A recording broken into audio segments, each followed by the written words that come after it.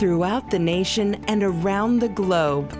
From his heart to yours, it's Dear James Live, bringing you intuitive insight, answers, and advice to your life questions.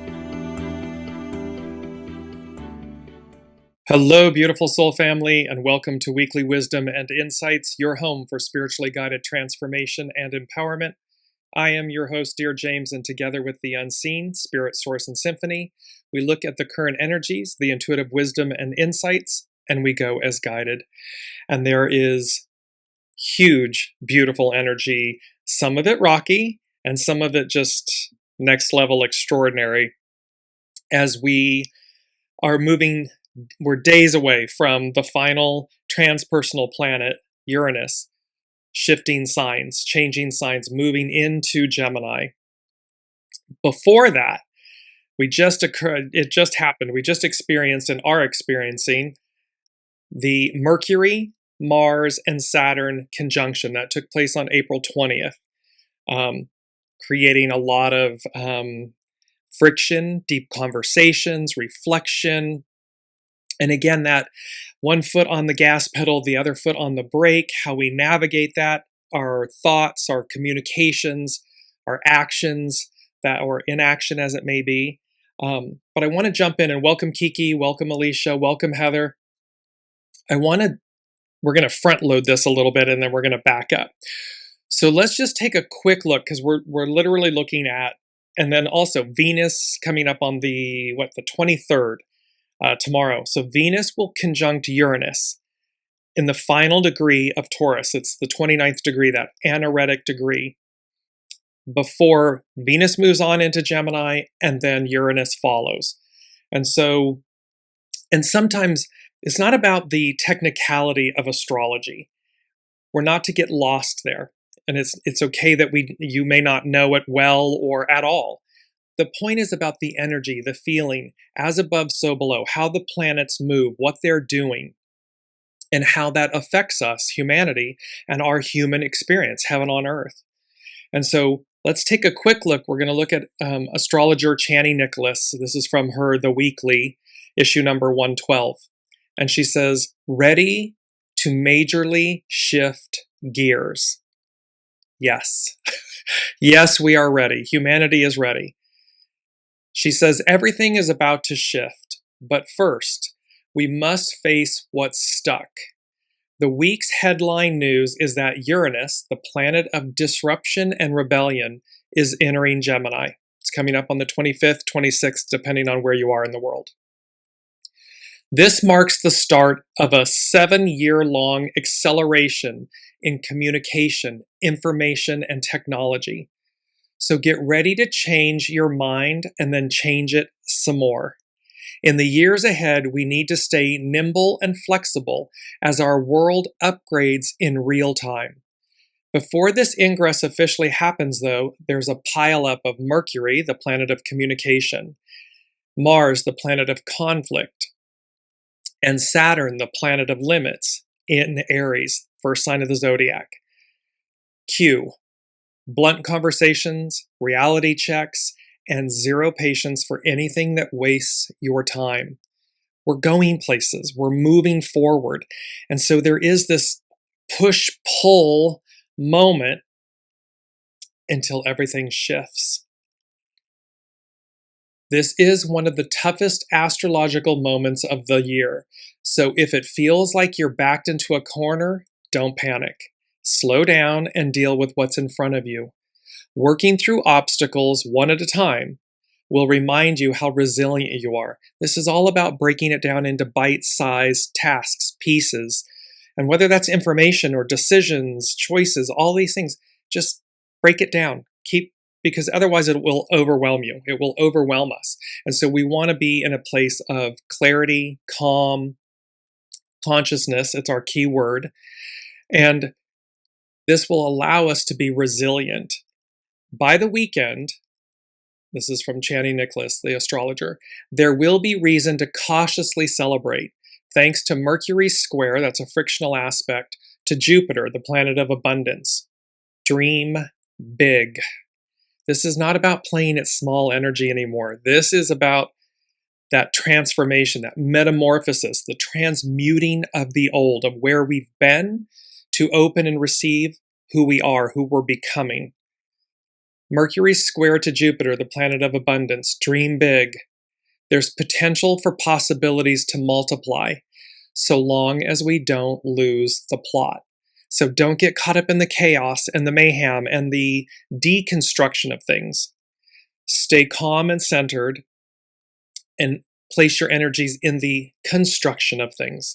What's to come? What are you creating and building? What's shifting? Allow what you're releasing to be released. Let it go. Do so with grace, gratitude. Say thank you, namaste, I bow to the divine in you. Let it go and keep centered and focused on what's before us. Welcome, Colleen. So we're going to back up for a second here, because this is all about Uranus. Uranus entering Gemini. It's the final, it's the higher mind, the expect the unexpected.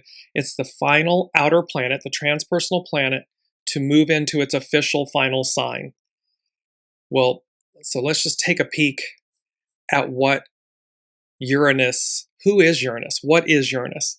And it's tied to our, I'm going to bring it up really quickly, our main theme, because we're going to bounce a little bit here, so bear with me. Our main theme is Field of Dreams. The Great Awakener acts, takes action. That, yes, Uranus is known as the Great Awakener, but so are you. So are we. So the Great Awakener acts, takes action. It's what's within us, that divine creative force that is us, that moves and works through us, and how that's going to transform our lives, humanity, the world as we know it. So Uranus, known as the Great Awakener in astrology, is the planet of sudden change, innovation, rebellion, and revolution. It breaks established patterns, systems, and traditions, pushing for liberation, higher intelligence, and unconventional approaches to trigger rapid, often unexpected, transformation and evolution. So this is not garden variety, everyday, same old astrology energy.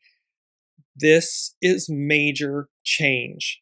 And it's how we innovate, how we rebel against where we've been. Not for the sake of discourse to create chaos and havoc, but to evolve, to recreate ourselves so that what we experience is our higher octave self, is our divine self, and how the two of them, they come together, as above, so below. They come together in that sweet spot. It's about sudden disruption and transformation. Uranus, the Great Awakener. Uranus acts as a lightning strike to the soul, destroying old, outdated systems to make way for the new. It forces evolution through sudden, unexpected events. We're either in the flow of the moment, the present moment, the cosmos, where we're going, or we're swimming upstream against it, fighting against it. It's either, that wonderful, catapult of quantum leaping forward, the tower and the cosmic 2x4.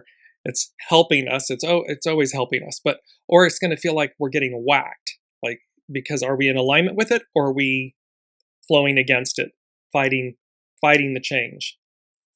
It's about rebellion and freedom. It represents the unconventional rebel, encouraging breaking rules, defying conformism, and seeking independence. When we're breaking rules and defying conformism, it's with discernment. Again, this isn't just, wreaking havoc and chaos and doing illegal activities. That is not the moral of the story. So please do not do that. What this is saying is, where conformity has kept us conformed and stagnant, then harness the power of Uranus changing signs into Gemini. Higher mind, how we think and move and act and create. And harness that wisdom to catapult you, to propel you forward. It's innovation and genius. As the mad scientist of the solar system, Uranus governs scientific genius, electricity, cutting-edge technology, and futuristic ideas. This is all speaking to constructing things. It may, by default, deconstruct things, the old, but it does so in a way, even if it's unknown and rash and bold, it's doing it from a pure place, a purity of intention. So bear that in mind as you take action. Am I deliberately causing harm, chaos, or am I in alignment with the purity of my soul, my knowing? And while this might be, air quotes, radical and may cause confrontation, that's not the purity of the intention.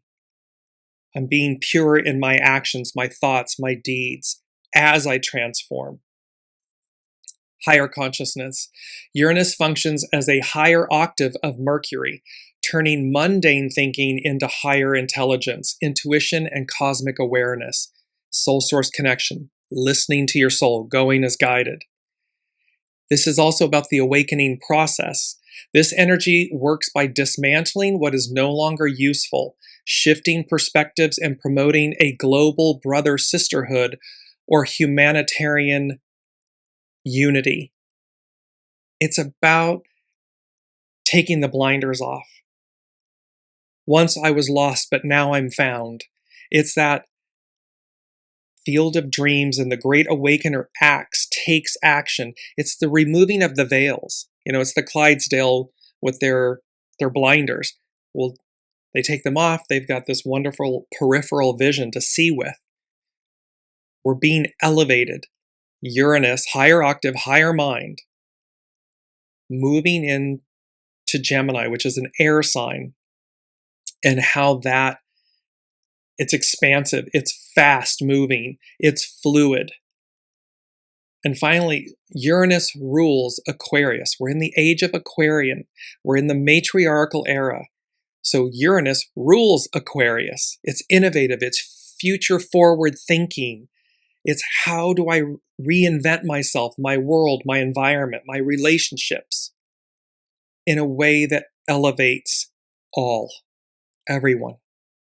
It's from a pure place. It's not illicit. So Uranus rules Aquarius and is associated with rapid technological advancements. And Uranus stays in a single zodiac sign for approximately 7 years. It has some retrogrades, shifting its focus from awakening different aspects of life every 84 years. This Uranus moving into Gemini is going to awaken us, humanity, technology. It's going to advance us in ways. And again, the last time it happened, the time most recent was World War II. The time before that was the Civil War. The time before that was the American Revolution. Each time Uranus has been in Gemini, so we see it against the backdrop of conflict, chaos, war. However, in each of those instances, what was occurring was the liberation of the soul of humanity being elevated. It was against the backdrop of horrid atrocities in the pursuit of liberation, freedom, liberty, unity, love, kindness. And so while astrology is cyclical, not identical, we can look back, hindsight, we can look back and see what happened before. And we can see where in our current moment, events taking place around the world, and yet we've advanced 3 times. This is the 4th time in our lives where we can look back and see this advance of history, of humanity, and how the upreaching, it never stops. We never cease. Humanity, the divine, the unseen God, never ceases to reach for a higher octave of a higher purity of our beingness, our heaven on earth experience. So this is Uranus, the Great Awakener. Now Uranus in Gemini. So it's going to be from approximately 2025. It ingressed into Gemini, it retrograded, and now coming up 25, 26th of April, it's going to officially go in for 7 years into the sign of Gemini. So Uranus in Gemini signifies a profound, chaotic, and rapid revolution of the mind, communication, and collective consciousness. As the Great Awakener moves through the sign of the twins, spiritual growth is fostered through radical intellectual innovation, shattering outdated dogma, and adopting a beginner's mind. It's the Fool in the Tarot card.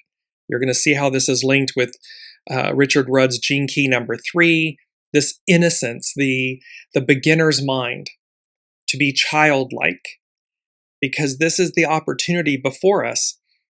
When we are all childlike, the world is at peace. The world is full of kindness and love and, generosity. And because watch children, they don't know any better. It's innate within them to simply love, to have fun, to have joy, to uplift. And yet you see how we've got these great awakening, a great awakener. It fosters radical intellectual innovation, to shatter outdated dogma. And it's adopting a beginner's mind to rethink how we connect and share information. Information, remember, it's not just something on a keyboard and a laptop and our smartphones and everything, technology information. Recognize it's also about how we share the information within us. What are we thinking? What are our perspectives? What are the old shadows that we need to purify and release and let go of? And how do we bring that into a higher octave of harmony and unity, purity, oneness? Well, it's beginner's mind, the Fool, to be childlike. This transit brings a soul-quaking shift, challenging complacency and focusing and forcing a new perspective on personal reality. It is a time for intellectual liberation, dismantling old belief systems that limit personal growth. No shoulda, woulda, couldas. No, I'm worried about what they think or any of that. Release all of that and let the purity of your soul, of the divine, the unseen, God, Allah, Buddha, the all that is, come forward. Let it lead you. This is about spiritual growth is achieved by transforming how we speak, learn, and express ideas.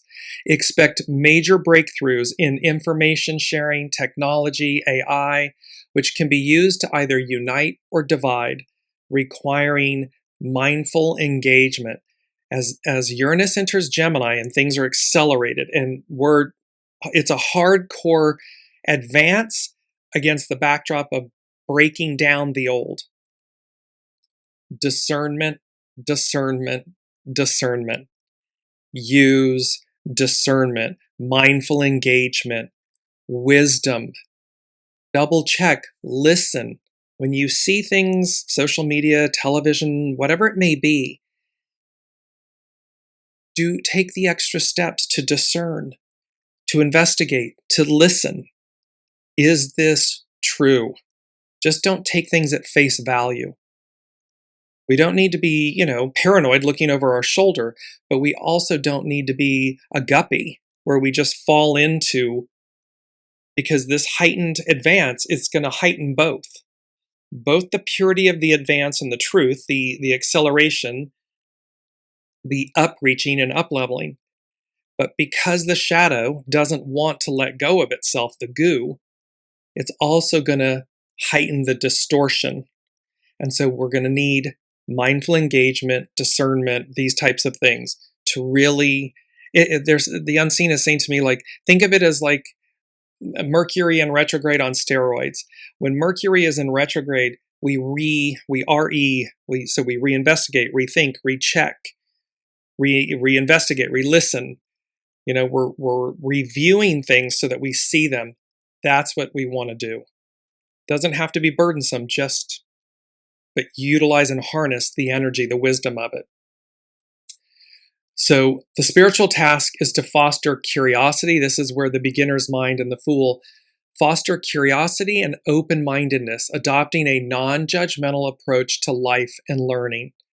Again, when we're in the flow and we're listening, it's effortless. It doesn't mean it's easy. You'll see it's number 5. No, I'm sorry, it's number 7 from the Unseen. They said, I beg your pardon. I never promised you a rose garden. And what that is, and it's also with quote 3, it's like, for the benefit of the flowers, we water the thorns too. It's a Chinese proverb. So this is also about, I beg your pardon, I never promised you a rose garden, meaning God, the divine, the unseen, they didn't say it was going to be easy, this humanitarian heaven on earth evolution, journey, experience. It does come with thorns. But the point is that, look at the beauty of the flowers. So when we tend to the garden, to the flowers, great beauty is offered. When we're not paying attention, we might prick our finger with a thorn and it hurts. It's not fun. And so to what degree are we being conscious? We'll get to our keyword here in a second. So just wrapping up Uranus and Gemini. And it's also about embracing yes and rather than either or no, allowing for more adaptable and fluid consciousness. This is going to be extreme flow, movement in the flow. We might be going this way and we go this way. And it's a knowing that will guide us and direct us. So it's not going to be about being stubborn or stagnant or stuck, or it's going to be wide open, connected.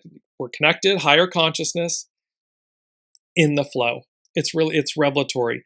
Because again, think, so the butterfly, Rick Levine, astrologer, we talked about this in last week's show or the week before, and his analogy about this time and how it's literally a transmutation of the caterpillar. It's a metamorphosis from caterpillar to butterfly. There is a continuity, a unity between them that is shared because, of course, one forgoes itself or sacrifices itself, the caterpillar, to gestate in the chrysalis to emerge as the butterfly. Well, this is that same thing about, it's not that there will be a struggle over who defines reality. There is a struggle here, but we're never the same, and yet there's a continuity, there's a line. So there will be a struggle because of this Uranus and Gemini shifting over who defines reality, pushing individuals to look beyond mainstream narratives and trust their own spiritual discernment. People are going to want, powers that be are going to want to control and dictate the narrative. And this is where the discernment, the mindful engagement is going to be key. So that, again, you're either upreaching or you're descending. You're either leveling up or falling. It's one of the two. With the rapid influx of information, verifying truth is crucial. Release attachment to old ideas and embrace unexpected intellectual opportunities. Things may come out of nowhere, and you'll need to be ready to act, ready to go, ready to participate, ready to engage. Use discernment. It's the 7 of Cups in the tarot. Not everything is going to be wonderful, so use discernment. Is this really for my highest and best, or is it one that I should walk on by? And that can be a people, a person, a thing, a place, a job, whatever it may be. Discernment. Just because it's presented doesn't mean you're to take it. It's a yes and, but yes and, is this in my highest and best, or is this triggering things that may be harking to a lesson? Oh, I've already learned this lesson. I don't need to repeat it. Walk on by. Have faith that the cup, the next opportunity, will present itself. And lastly, find spiritual unity and community in your immediate surroundings, classrooms, online forums.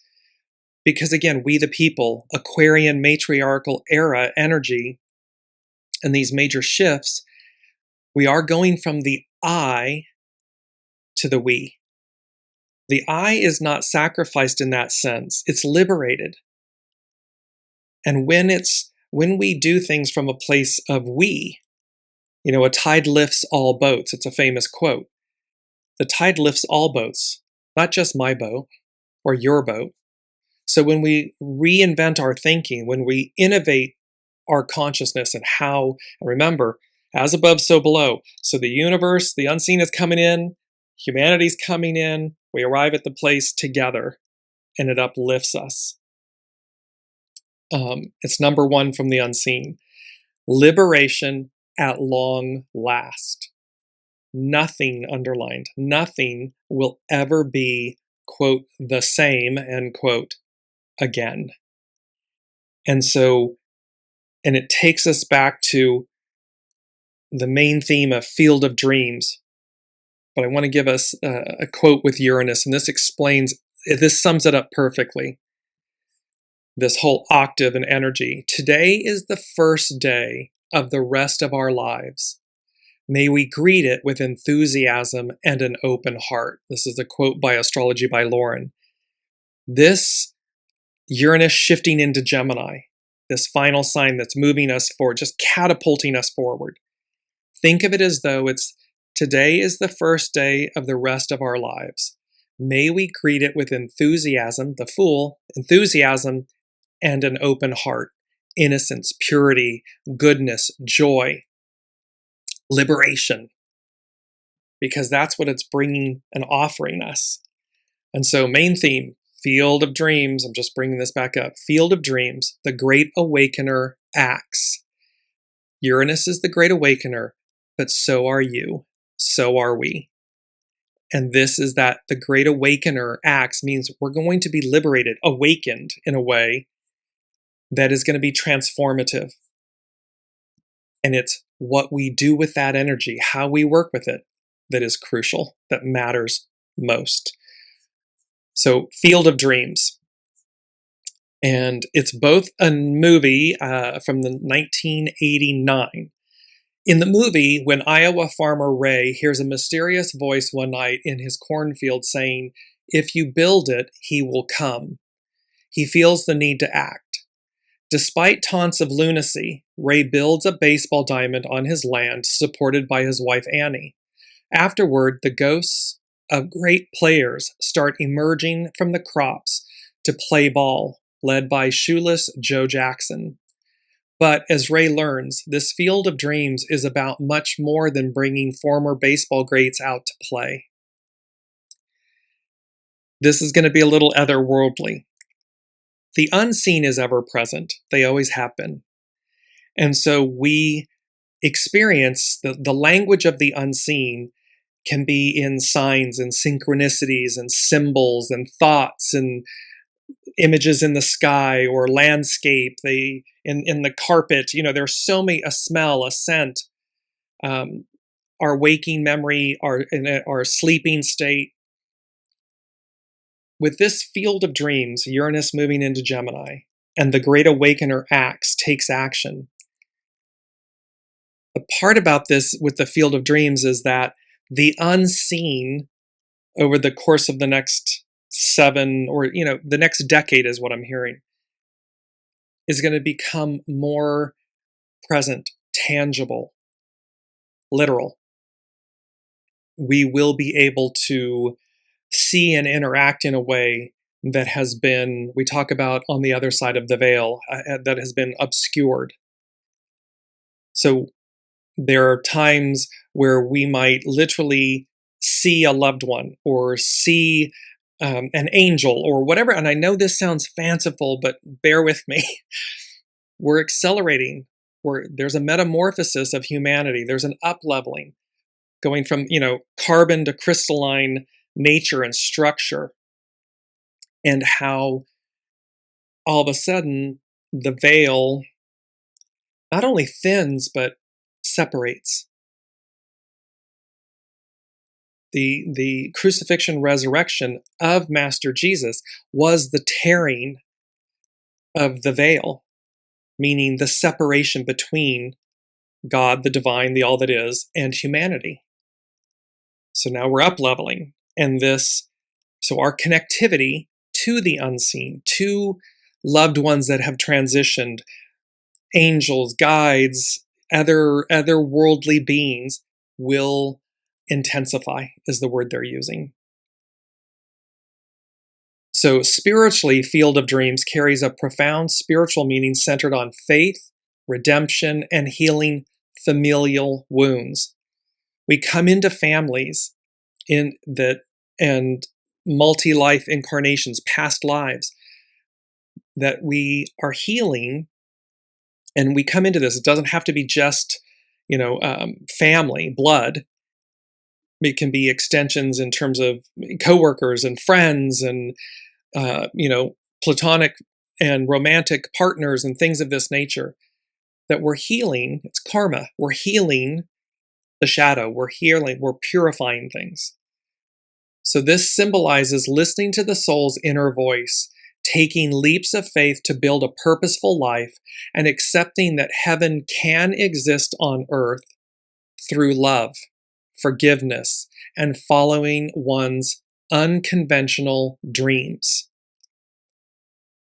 If you build it, he will come. We can use he as God, the divine, Master Jesus, the all that is. You can also use this in the sense that if you build it, he will come, meaning the unseen. The way to build it is through love, forgiveness, purity of intention, wisdom, joy, innocence.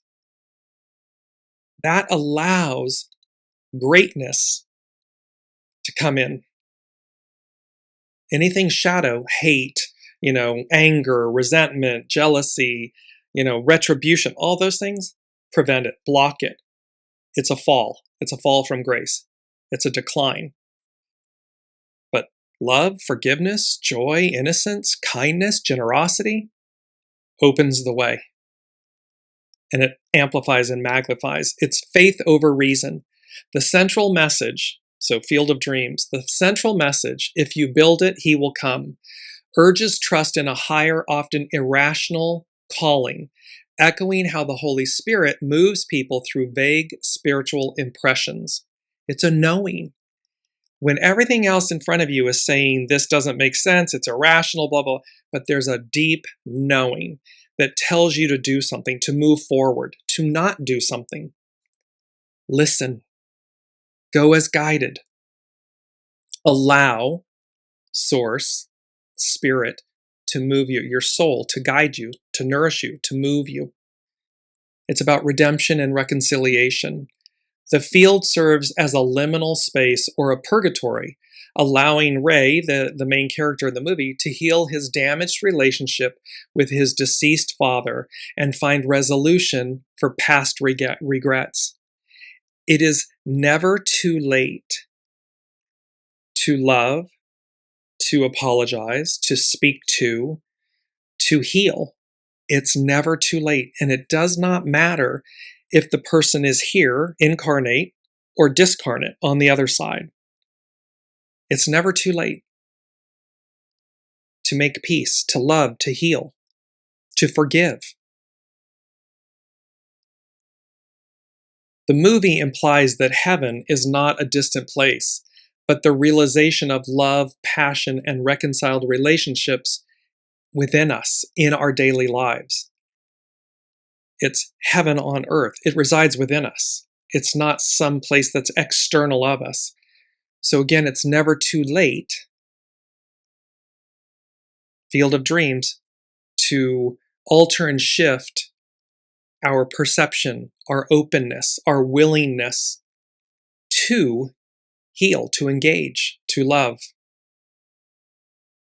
Ray's journey, the character in the movie, Ray's journey highlights that pursuing purpose requires unwavering dedication, often demanding sacrifice and the courage to endure skeptics. You will have a plethora of skeptics.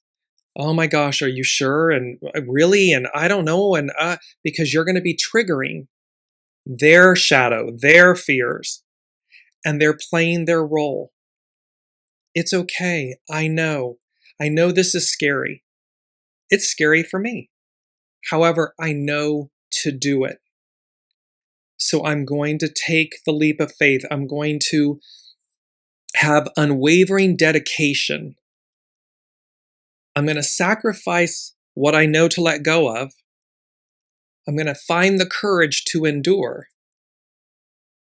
the skeptics, but to endure, period, because there's a deep knowing. Uranus in Gemini, it's going to be accelerated. There's not going to always be a lot of quote unquote time to think, second guess, mull things over. It's going to be this is a yes, yes, and this is a no, or this is a not yet. And you're going to want to strike while the iron is hot each and every time. It's not going to be a one and done. It's going to be strike, strike, strike, strike, strike while the iron's hot. That's going to be the theme for the next decade.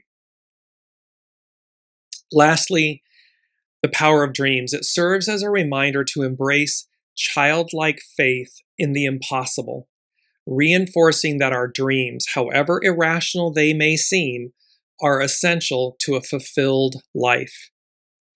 Ultimately, the film suggests that creating a space for hope and love allows spiritual healing to happen, bringing peace to both the living and the departed. And so this is, again, it's about the fool. This is the fool, the hero's journey. The fool isn't a fool as in ignorant of things and, foolish and doesn't know things. The fool is empowered, liberated, confident, courageous, willing. Why? Because the soul knows. The soul is connected. The soul is guiding. It's not the ego, mind, personality, human doing it. It's the soul. So the fool embarks on the hero's journey. We may not know what's down and around the corner, but what we do know is take this step, release this person, place, or thing, move, go this direction, go this way, with a childlike innocence, purity, empowerment, faith. Let's look at Gene Key 3. This is from Richard Rudd, Gene Key's The Pulse. Through the eyes of a child. It is about chaos, innovation. So look at this, chaos, the collapsing, the deconstruction of the Piscean patriarchal era, chaos. Uranus and Gemini, all the outer transpersonal planets, shifting signs. All of the, Saturn and Neptune at 0 degrees Aries, 6,000 plus years. It's about innovation, rapid innovation, advance. How? Innocence. So chaos, innovation, innocence.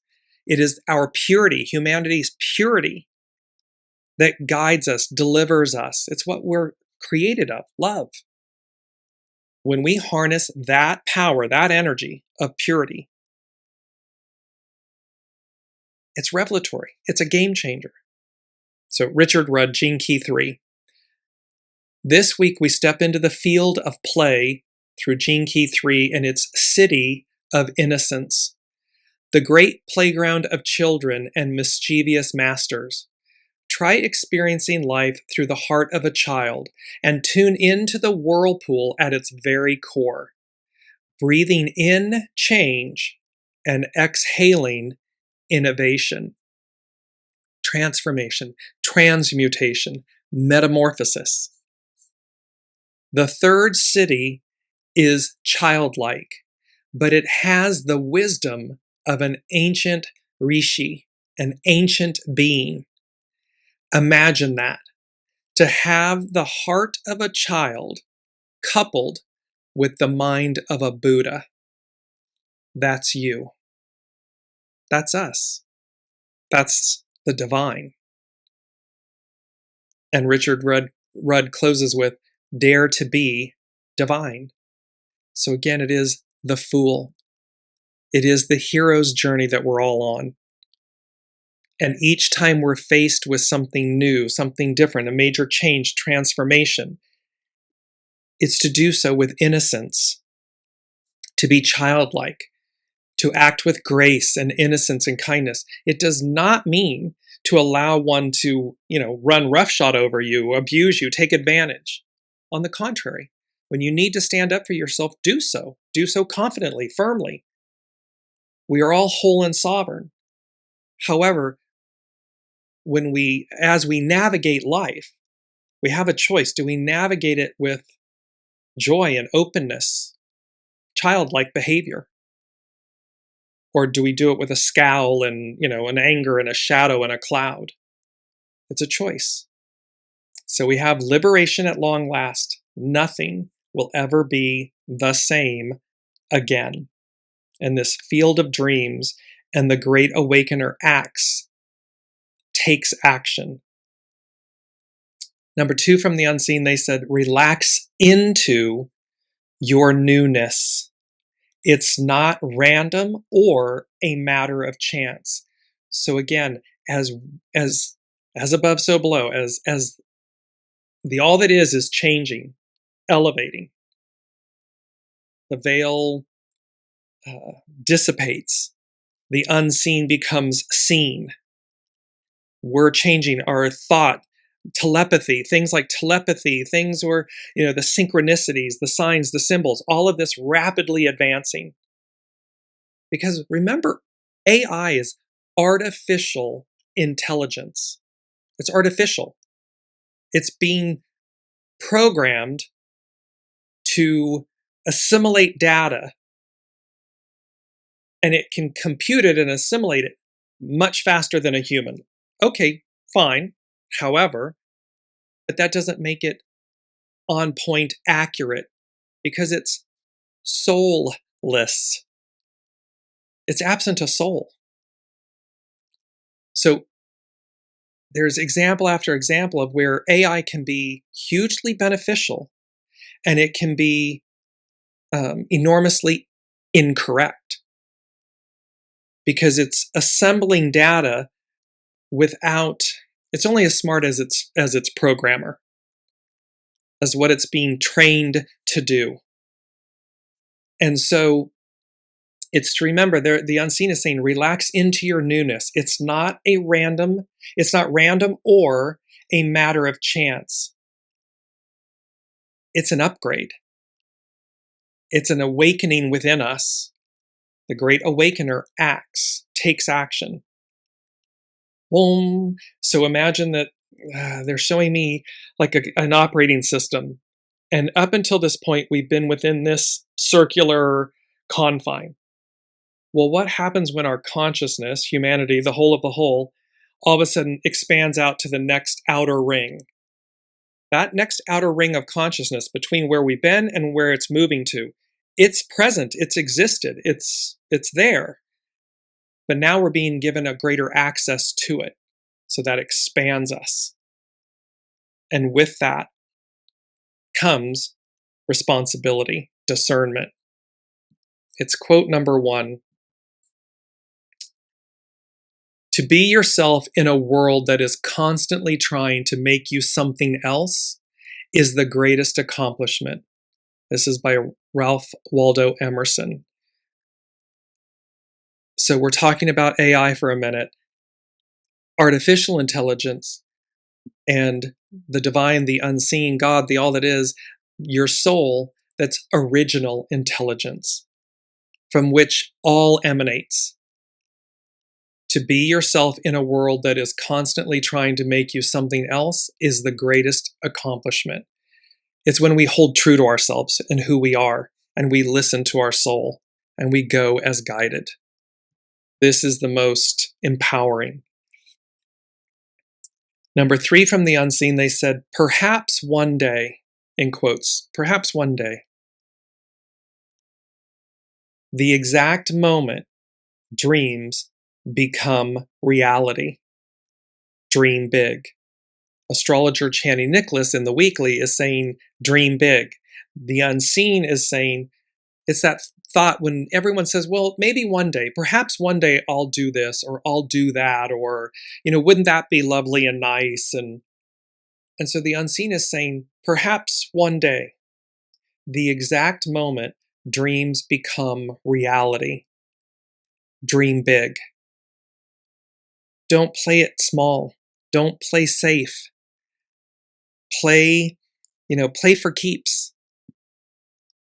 Be willing to step outside your comfort zone. Be willing to trust.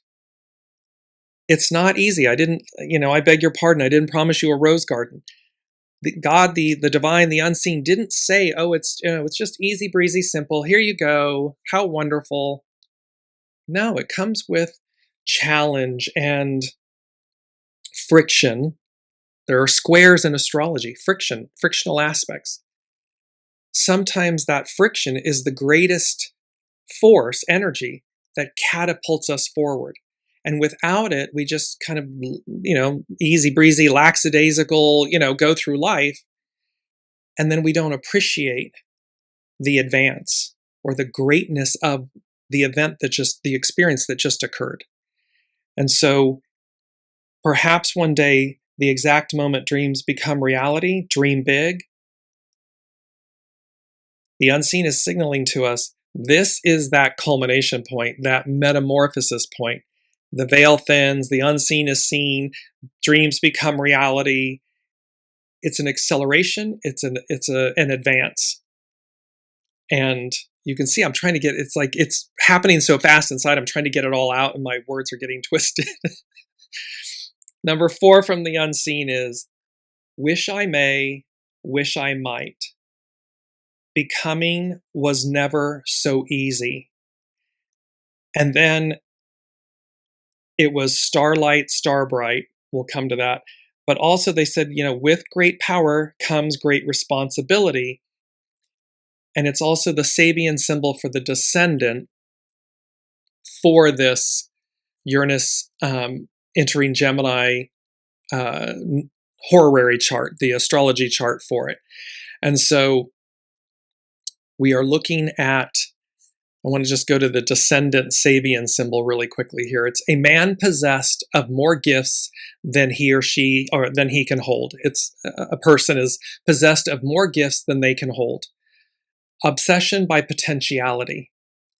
The mind which finds itself confronted with a totally unfamiliar and as yet unexperienced type of potency, we're moving to that next outer ring, finds it difficult at first to adjust to its new world of perception and possibilities of action. Field of Dreams, the great awakener takes action. They may rush ahead excitedly and lose their bearings. They should try to reach a state of calm watchfulness, discernment, and to learn that at this level too, there are limits and restrictions, meaning universal laws expressing this new type of order. So again, there's an up-leveling, an expansion of humanity, of consciousness. It doesn't mean limitless, unbridled, access and so forth. There are universal laws and order to this next level of consciousness, of expansion. And so we're to work with it. This entire sequence of symbols shows us that humankind at this evolutionary station must move carefully in their new realm, for their consciousness is not yet fully able to operate within it, except with closely defined limits. So the more in tune we are, the more in alignment, soul source connection, the more in the flow, the more we're listening, the easier it becomes. And then, of course, we will naturally apply our limits because we're listening. We know when we're, as children, when you were, testing the envelope, pressing let's see how far I can get. And there was a parent, a guardian, someone there to say, no, not yet. Like, safeguarding us, keeping us safe, healthy. This is the same. There are defined limits. It is a symbol of warning, a warning against undertaking more than it is as yet safe and sound to attempt. This is speaking to simply be in mindful oneness with the flow of this energy, so that as you expand, up level, metamorphosize your beingness, you're doing so in a protectful, cared for manner. And this wish I may, wish I might, and we got to go to consciousness as well, but the Starlight Starbright is a traditional American nursery rhyme and superstition dating back to the 19th century. It is used when wishing upon the first star or a shooting star at night, symbolizing hope and innocence. There's a huge theme here of hope, innocence, childlikeness, the hero's journey, this new octave, new energy, new consciousness. And the full lyrics are starlight, starbright, first star I see tonight. I wish I may, I wish I might, have the wish I wish tonight. And so the unseen is saying to us, wish I may, wish I might, becoming who we are, becoming into our newness, was never so easy. With great power comes great responsibility. We don't want the cosmic 2x4. We don't want the bug zapper. We don't want the burned hand on the oven. We don't want that. So as we innovate and expand in consciousness, and it's our key word, consciousness, we want to be exceedingly mindful and in tune with the all that is, the unseen, your soul. Consciousness. Its direct meaning is the state of being awake, aware of one's surroundings, and experiencing personal thoughts, sensations, and feelings. The quality or state of being aware, especially of something within oneself. The state of understanding and realizing something. So it's awareness of our surrounding, our beingness, the unseen. Spiritual consciousness is the profound awareness of oneself as a spiritual being, rather than merely a physical body, connected to a higher, universal, or divine force. It represents an awakened state of being, recognizing that a divine essence resides within, allowing for inner transformation, unity with all things, and a shift from ego-centered to love-centered living. It represents an understanding of being spirit within, often described as an internal divine presence. It's your soul. It's your soul source connection. Related concepts are higher consciousness, spiritual awareness, awakening, soul consciousness, cosmic consciousness, Christ consciousness. Experiencing and its characteristics are about experiencing divine love, losing the fear of death, and seeing the world with objective, compassionate, and connected awareness. So we have this consciousness. We also have this beautiful mantra. My magical nature awakens within me. So Uranus and Gemini, this massive shift, this metamorphosis, my magical nature awakens within me. And you see the crystalline nature of these beautiful stones, these crystals, this crystalline nature being awakened within us. And then the unseen had the word rise. So my magical nature awakens within me. Rise. See, this is up-leveling. This is not falling down or being stuck, stagnant, all that. This is about up-leveling. Number 5 from the unseen was the word innovation. And they said the cosmic wheel, the cosmic egg of ascension, of advance, ain't nothing like the real thing, baby. It's original intelligence. Ain't nothing like the real thing. And this innovation, the cosmic wheel, the cosmic egg, is about the world card. And it is both the Fool, but the world. And the world card in the tarot is the final major arcana. The major arcana in the tarot represent fated or destined events. And they signify, and so the world card signifies ultimate fulfillment, completion, and success. It represents achieving goals, integration, and the successful end of a major life cycle, often indicating a transition to a new phase, travel, or a sense of wholeness. It is a yes card in readings. So that yes and, it's a yes. And it's about completion and success. It's about celebration, victory, but it's about endings and beginnings. And the Fool, just to go back quickly to that, the Fool in the tarot is represented by the 0. And it represents a pure, untainted spirit embarking on a new journey, emphasizing faith, spontaneity, and trusting the universe. It symbolizes the beginner's mind, urging you to take a leap of faith into the unknown, free from fear and limitations, often signaling a pivotal spiritual initiation. And so this innovation, it's number 5, denoting change, innovation, the cosmic wheel or egg of ascension, advance. Ain't nothing like the real thing, baby.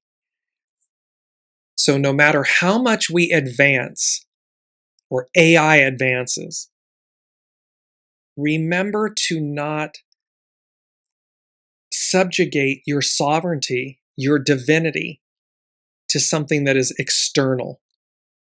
It doesn't mean not to utilize it, but it's to utilize it with great discernment, great wisdom.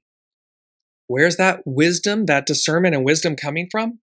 Original intelligence, from the unseen. So as we're being led astray in one way because the old is trying to hold on to power, manipulation, and control, its algorithms, we want to suck you in and keep you over here, and yet there's a higher mind, a higher octave, a purity of source that is guiding us upward, onward, outward. We have a choice to receive that, experience that, align with that energy, as opposed to that which is artificial, is the easiest way to put it. Artificial. Number 6 from the unseen, they said, if you build it, these are lines from the movie, if you build it, he will come. Go the distance. Ease his pain. When the spirit of the past awakens, comes alive, to life again. This is what I was talking about at the beginning of this show. If you build it, when you build it, go the distance, ease your pain. It's when the spirit of the past awakens, comes alive, to life again. It's when we see the unseen. We often speak that people have quote unquote died, or they're dead. That couldn't be further from the truth. They are very much alive. They're simply in another realm of being, of existence. Discarnate, incarnate. And so, and how does that, when we build it, when we connect with this new octave of energy, communication, oneness, we're going to that next outer band of operating system.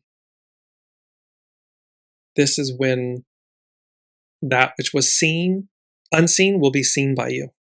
So that which was unseen will be seen by you.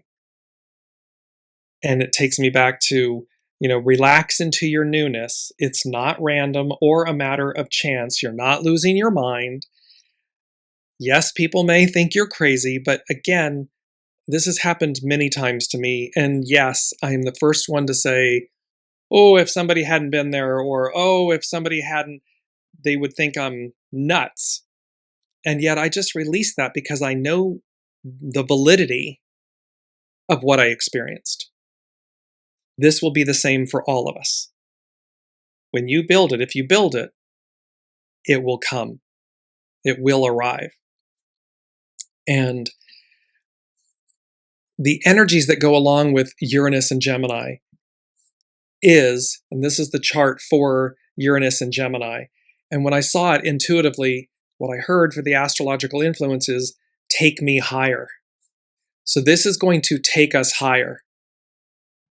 Well, spiritually, take me higher often represents a spiritual plea for ascension, divine connection, and emotional elevation beyond mundane struggles.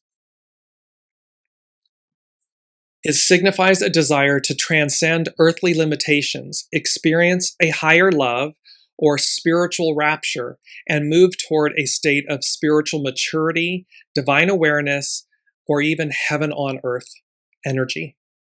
It reflects a plea to the divine or the unseen to lift one's spirit to a higher plane of consciousness, often characterized by peace, joy, and spiritual enlightenment. It's about transcending earthly woes. It's the desire to rise above negativity, past wounds, and worldly limitations, into a state where love replaces fear and hate. It's about connecting with the higher self, moving beyond the ego to connect with a higher, divine, more enlightened self.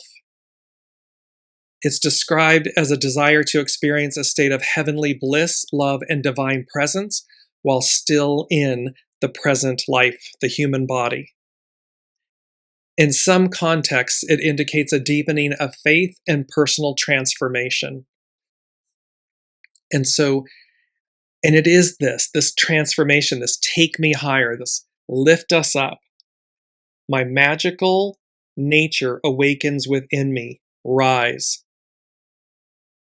And, pardon me, and I believe it's quote number 3 that we are missing. No, we had number 3. Sorry, I just want to say, no, we've done all 3 of them. Sorry, I thought I'd missed one. I want to close with more of the Sabian symbols because these are so on point, and there are 3 others, and we'll wrap it up. This is the symbol for Uranus entering Gemini at 0 degrees Gemini. A peacock parading on the terrace of an old castle.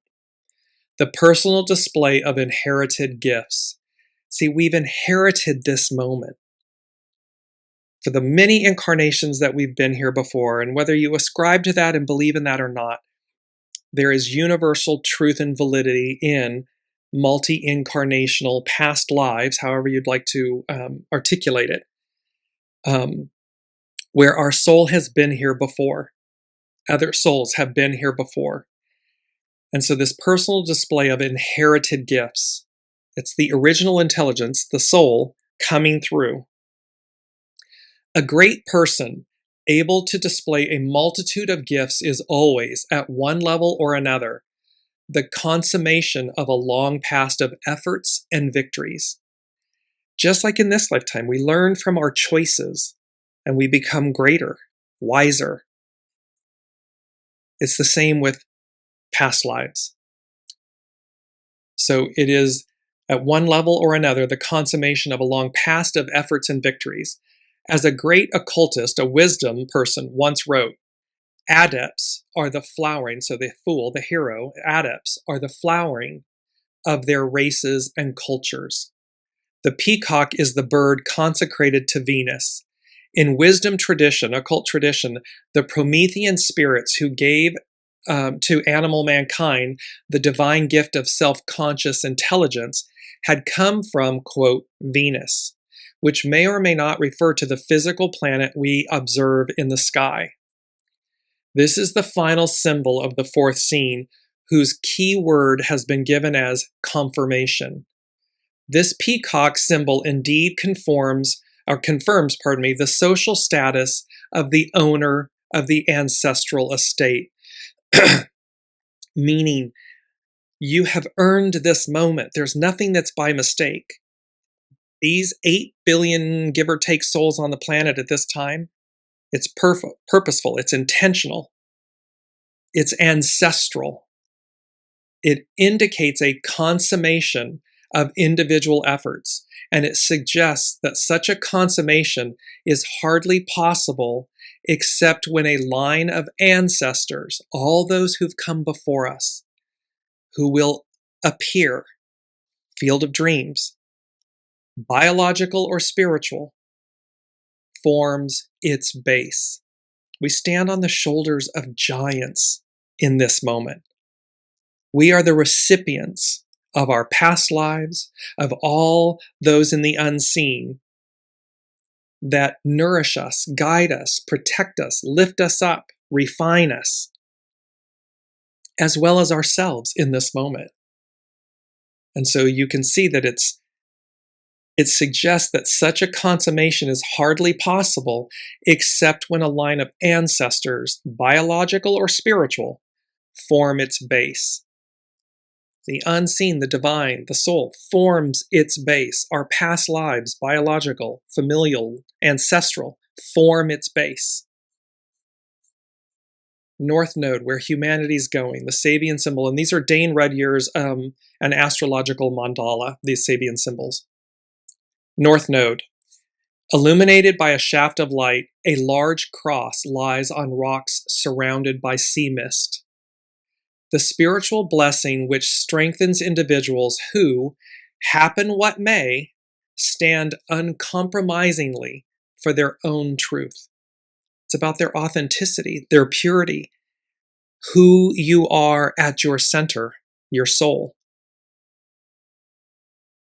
Men and women who do not depend upon collective values, traditions, or support, but seek at any cost to be true to their individual self and destiny, almost inevitably face some kind of crucifixion. I mean, how dare you? Who are you to be so unique and special and pioneering? Because it intimidates, it creates fear. It triggers their own sense that they won't or can't do it. And yet, by example, you are doing it. They are sustained only by the power within them, the soul, the unseen, to which a light above answers. The symbol tells us, be true to thine own self, and in the midst of the outer confusion displayed by those surrounding you, you will realize what you really are as an individual, a child of God, of the divine, of the unseen. Relax into your newness. It's not random or a matter of chance. This second stage symbol presents us with a realization in polar opposition to that evoked by the preceding one. It implies the supreme worth of a life guided by an inner voice and manifesting a high degree of self-assertion. This is high octave alignment, purity, and the wisdom of your soul guiding you forward. And last but not least, Venus, the Garden of the Tuileries in Paris, the formalization of collective ideals through the application of reason and order to newly discovered aspects of nature. This is about, so the Gardens of the Tuileries and Versailles are typical representations of the classical spirit, pardon me, and its need for order and symmetry. The reign of the French king, Louis XIV, followed the Renaissance. The Renaissance is innovation. It's Uranus. It's an up-leveling of humanity. So the reign of the French king, Louis XIV, the Sun King, followed the Renaissance, which was filled with the excitement of a new spirit of discovery and a period of internal troubles. How we navigate all of this newness. A reaction had to come to consolidate the gains made by the collective mind of European humankind. Such a consolidation usually leads to another extreme, formalism, and often the narrow intellectual crystallization of concepts or dualistic concepts. what this is speaking to is our vastness. We're going to enter a period, we are in it, where the vastness of our consciousness expands. It's an up-leveling. And again, there's going to be a desire for conformity. I need to take all of this and put it into nice, neat little boxes and labels and identities and all of these things. And we're to guard against that. Because yes, while that helps us to streamline, but we're also stepping beyond this conformity, this limitation, lack. And so really it boils down to, with great power comes great responsibility. We don't need to stigmatize or stereotype or minimalize or conform when we're in the highest octave and purity of our being. I am. It's expansive and limitless, so it's infinite and finite all at the same time. As they say in French, c'est tout fini. That's all we need. We don't need to break it down into an old order. Allow it to simply be. In that space, you'll have all-knowing. So it won't require lack or limitations or conformity. It will be in its highest purity. Oh, I hope I have done justice to this episode. We may pick this back up again next week in a part 2, because the energies of what the unseen is speaking to and what's occurring, what is happening is vast. It pushes the boundaries of our known realities. And I understand that, and I'm right there with you. And yet there is an invitation, a great invitation, because again, it's happening. It's a fait accompli. These are fated and destined events. And so it's, to what degree are we in flow, in alignment with it? So I will leave you all there. Thank you as always for being here and being on this beautiful journey. And I can't wait to see where the unseen, the divine, the all that is God guides us next. So be kind, be well, and be fluid, and use great discernment and consciousness and innocence, childlike wonder, awe and wonder. We'll see you next week. You've been listening to Dearjames Live. Gain intuitive insight, answers, and advice to your life questions, and so much more by tuning in next week and visiting dearjames.com.